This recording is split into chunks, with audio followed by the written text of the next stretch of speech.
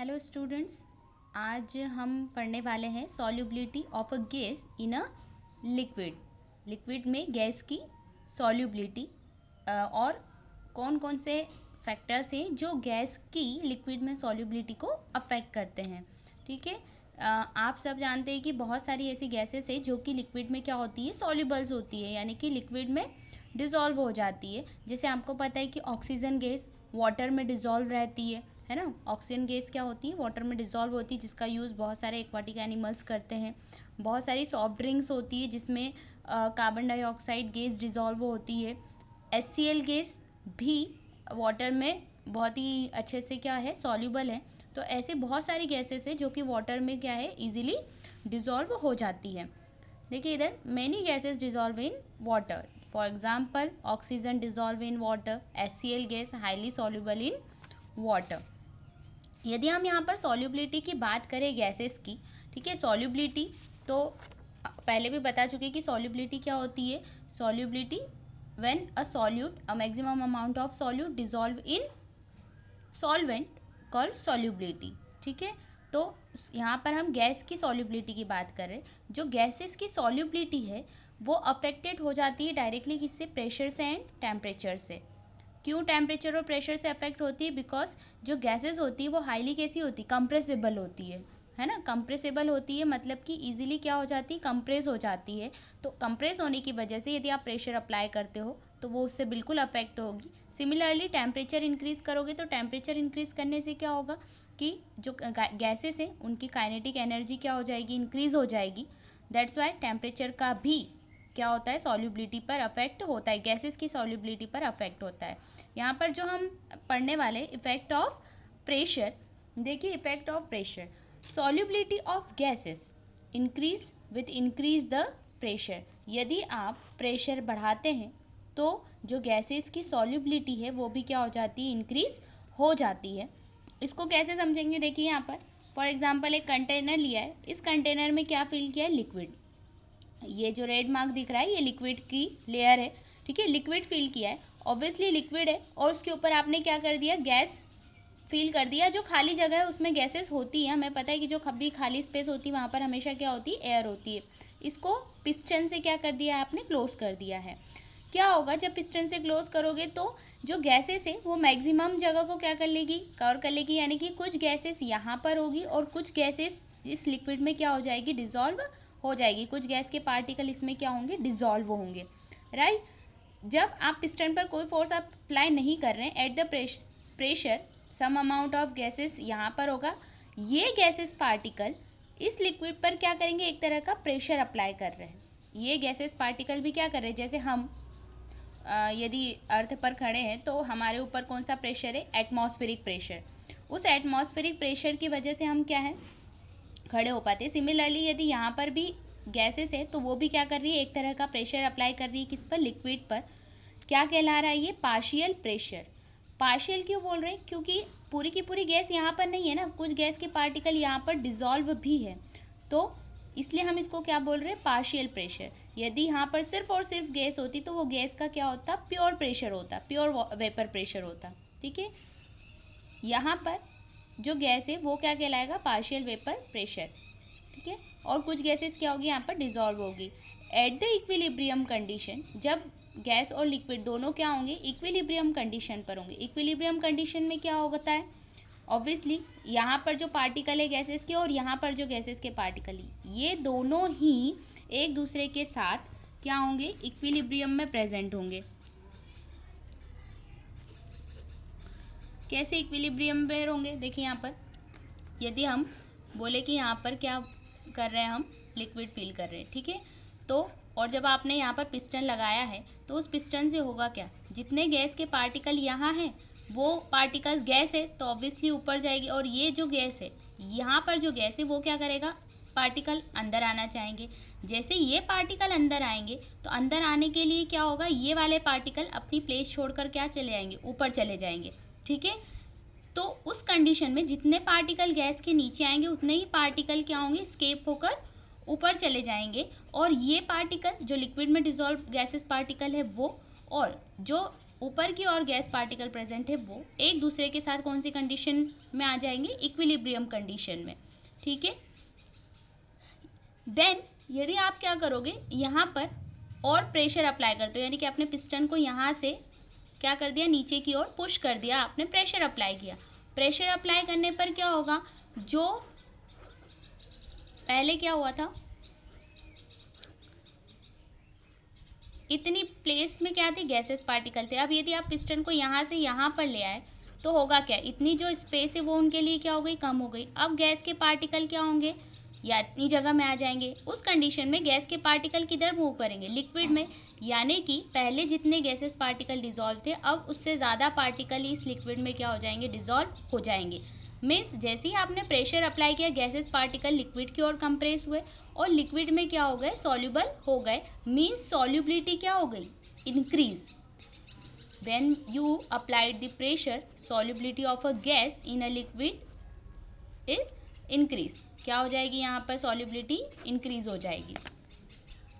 Clear, ठीक है। यहाँ पर भी दिया देखो, इंक्रीज द प्रेशर। आपने यहाँ पर पहले सिर्फ एक W1 प्रेशर वाला पिस्टन लगा रखा था, ठीक है, और एक कंडीशन ऐसे है जब दोनों क्या हो गए, इक्विलिब्रियम पर हो गए। लेकिन जब आपने और उस पर प्रेशर अप्लाई किया, यानी कि पिस्टन से और पुश किया, तो जो यहाँ पर गैसेस पार्टिकल है वो ज़्यादा से ज़्यादा किस में आ जाएंगे, लिक्विड, और सॉल्युबिलिटी को क्या कर देंगे, इंक्रीज कर देंगे, ठीक है। तो जितना ज़्यादा प्रेशर अप्लाई करोगे उतने ज़्यादा गैस के पार्टिकल लिक्विड में क्या हो जाएंगे, डिज़ोल्व हो जाएंगे। इसी सॉल्युबिलिटी को, गैसेस की सॉल्युबिलिटी को प्रेशर के बेस पर समझाने के लिए जो हेनरी थे उन्होंने अपना एक लॉ दिया था, इस कॉल्ड हेनरी लॉ। क्या कहलाता है वो, Henry law. It is the important law in the solution chapter, ठीक है। हेनरी लॉ, हेनरी ने क्या कहा था, at a constant temperature the solubility of a gas in a liquid is directly proportional to the partial pressure of a gas present above the surface of the liquid और the solution, ठीक है, at constant temperature. यदि यहाँ देखो,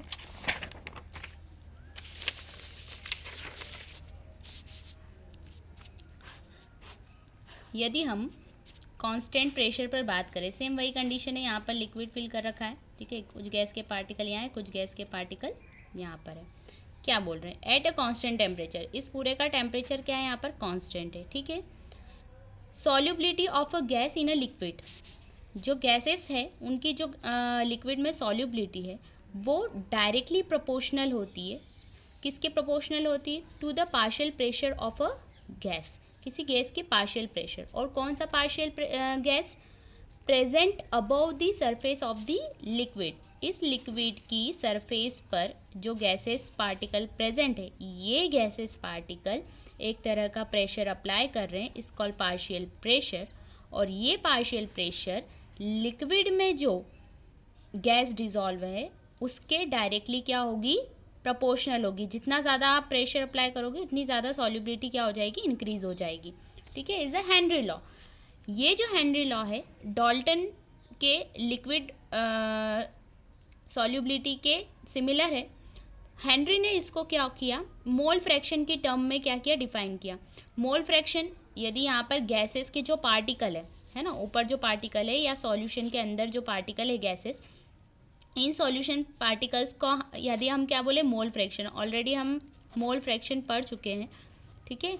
mole fraction क्या होगा, obviously ये solution है, किसका सॉल्यूशन है, गैस का और लिक्विड का, ठीक है। किसका सॉल्यूशन है, gases and liquid, where is a solvent and gas is a solute, right, solute and solvent.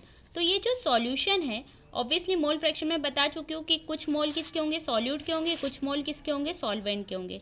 तो सॉल्यूट इज अ गैस, तो गैस पार्टिकल के जितने नंबर ऑफ मोल्स, यानी कि कितना मोल फ्रैक्शन है ना, कितना फ्रैक्शन इसमें डिजॉल्व है, उसके बेसिस पर हेनरी ने जो अपना स्टेटमेंट दिया वो क्या है, according to Henry law the partial pressure of the gas in vapour phase, जो यहाँ पर गैस का पार्शियल प्रेशर है denoted by small p, is proportional to the mole fraction of the gas in the solution. वो directly proportional होता है mole fraction of a gas dissolve in solution, जितनी gas यहाँ पर डिजॉल्व है और जितनी गैस यहाँ पर डिजॉल्व है, ये गैस पार्शियल प्रेशर अप्लाई कर रही है और ये गैस क्या बना रही है, डिजॉल्व है किसमें, सॉल्वेंट में। तो इसका जितने नंबर ऑफ पार्टिकल्स यहाँ पर होंगे उतने ही नंबर ऑफ पार्टिकल क्या होंगे, यहाँ पर होंगे, और ये दोनों एक दूसरे के क्या होंगे, प्रोपोर्शनल। ठीक है, एक्स यहाँ पर क्या है, मोल फ्रैक्शन है, पी यहाँ पर पार्शियल प्रेशर है। देखो यहाँ पर दिया है formula, P proportional to the X, the partial pressure of the gas is directly proportional to the mole fraction of the gas present in the solution. ठीक है, जो सॉल्यूशन में गैस पार्टिकल प्रेजेंट है और उसके ऊपर जो वेपर प्रेशर अप्लाई हो रहा है, वो दोनों ही एक दूसरे के क्या हैं, प्रोपोर्शनल होंगे, प्रोपोर्शनल एट द इक्विलिब्रियम। पहले भी बता चुकी हूँ, क्योंकि जो गैसेस पार्टिकल है यदि ये ऊपर जाते हैं तो ऑब्वियसली एक दूसरे से टकराएंगे, और टकराएंगे तो एक दूसरे की क्या ले लेंगे, प्लेस ले लेंगे। जितने पार्टिकल ऊपर जाएंगे उतने ही नंबर ऑफ पार्टिकल्स क्या होंगे, नीचे जाएंगे, यानी कि दोनों का जो फ्रैक्शन है वो हमेशा, जो इसके अंदर सॉल्युबिलिटी वो हमेशा कैसी होगी, कांस्टेंट। यदि कुछ पार्टिकल्स गैसेस के ऊपर जा रहे हैं तो उतने ही पार्टिकल क्या हो जाएंगे, दूसरे पार्टिकल नीचे आ जाएंगे खाली जगह में, है ना। अब यदि प्रोपोर्शनल का साइन हटा दे तो क्या लगा देंगे हम, यहाँ पर एक कांस्टेंट लगाएंगे के एच, तो P equals to K H into x. K H यहाँ पर क्या है, Henry law constant, P partial pressure of the gas, x mole fraction of a gas, and K H is the Henry law constant. ठीक है, ये जो Henry law constant है इसके बहुत सारे वेरिएशन है। वेरिएशन मीन्स केएच में क्या क्या चेंजेस होने से सॉल्युबिलिटी में क्या क्या चेंजेस होते हैं वो आपको बताने हैं। गाइस, ये जो हेनरी लॉ है बहुत इंपॉर्टेंट है, एग्जाम में बिल्कुल आता है। ठीक है, तो इसको आप अच्छे से याद रखोगे। The partial pressure of a gas in vapour phase is proportional to the mole fraction of the gas present in the solution, that is P equals to K H into X. ये जो के H है इसके variation देखो, के जो होता है टेम्परेचर के डायरेक्टली प्रोपोर्शनल होता है। मीन्स टेम्परेचर यदि आप इंक्रीज करते हो तो के एच की वैल्यू, हेनरी लॉ कांस्टेंट की वैल्यू भी क्या हो जाएगी, इंक्रीज हो जाएगी। और हर गैस के लिए उसकी के एच वैल्यू क्या होती है, अलग अलग होती है। डिफरेंट गैसेस ऑफ डिफरेंट के H value at the same temperature. ठीक है, सिमिलरली इसको और हम आगे डिस्कस करेंगे। K H inversely proportional to the solubility, the more important. जितनी ज़्यादा के एच की वैल्यू होगी उस गैस की सॉल्युबिलिटी उतनी ही कम होगी। यानी कि किसी गैस, यदि दो गैसेस हैं ए और बी, ठीक है, एक की सॉल्युबिलिटी 2.413 समथिंग है और एक की जो है 1.24 समथिंग है, तो जिसकी के एच वैल्यू कम होगी वो मोर सॉल्युबल, जिसकी के एच वैल्यू ज़्यादा होगी वो लेस सॉल्युबल। ये आपके जो ऑब्जेक्टिव्स है उसमें भी पूछा जाता है कि दो गैसेस से एक की केएच वैल्यू इतनी है, एक की केएच वैल्यू इतनी है, तो जिसकी भी केएच वैल्यू ज़्यादा होगी ऑब्वियसली वो क्या होगा, लेस सॉल्युबल होगा।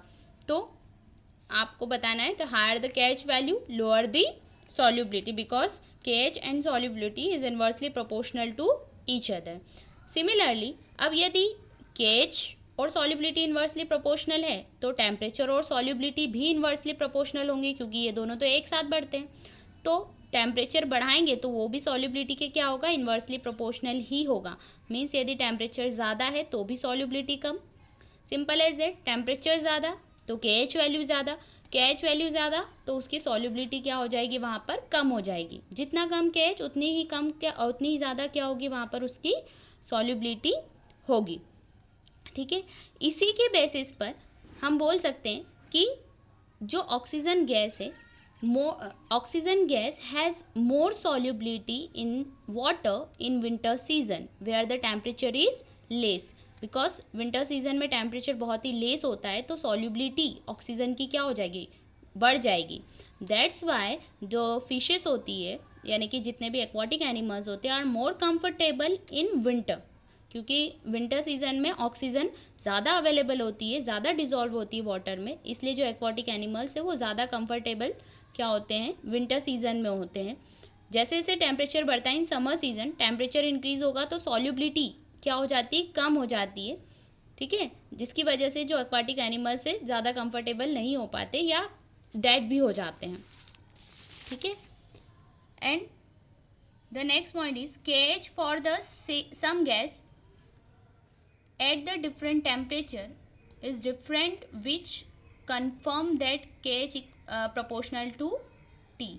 जो KH है, यदि एक ही गैस की KH वैल्यू की बात करें तो अलग अलग टेम्परेचर पर एक ही गैस के लिए अलग अलग KH की वैल्यू क्या हो सकती है, ऑब्टेन हो सकती है। और जैसे जैसे टेम्परेचर चेंज होगा उस गैस की KH वैल्यू चेंज होगी, और जैसे जैसे KH वैल्यू चेंज होगी उस गैस की सॉल्युबिलिटी भी क्या हो जाएगी, चेंज हो जाएगी।